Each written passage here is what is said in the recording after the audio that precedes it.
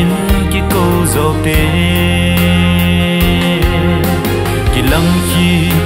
ki bung khen phải thao tê mai phơ về lối tum sim bol đau tê hi ho hin ta sa le thaga a vo chip zi a hi anu hitin hang ta i nam pi ding le pakai kho pi di ke lung to na gal sa no te pakai zin aphat sa in bol hen in bol zin hen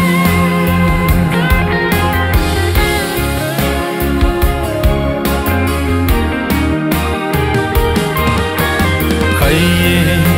kanam mi khang tao te tu hin cham na ma del lu te su khil na ki ngai dam to uti cham na in malam no tao hi te tu a hi phát ki zen pe thin ki dom to zo hiu te anu hitin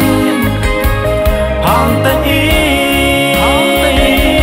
nam pi ding le pakai kho pi di ki lung to na gal sa no te pakai zin aphat sa in bol hen in bol zing hen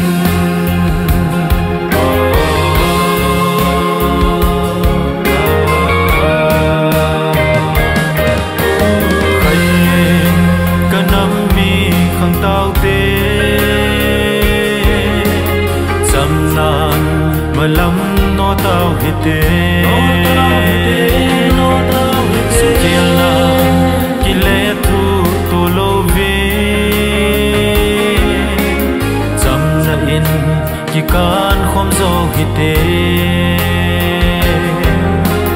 tu a hi hot ki zen pet hin pathin bel tao hi te anu hitin hang ta i nam pi ding le pakai kho pi di ki lung to na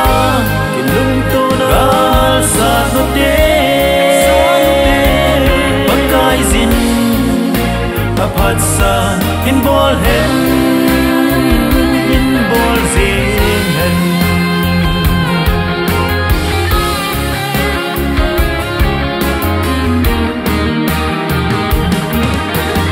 dan kan kho nei te lum khada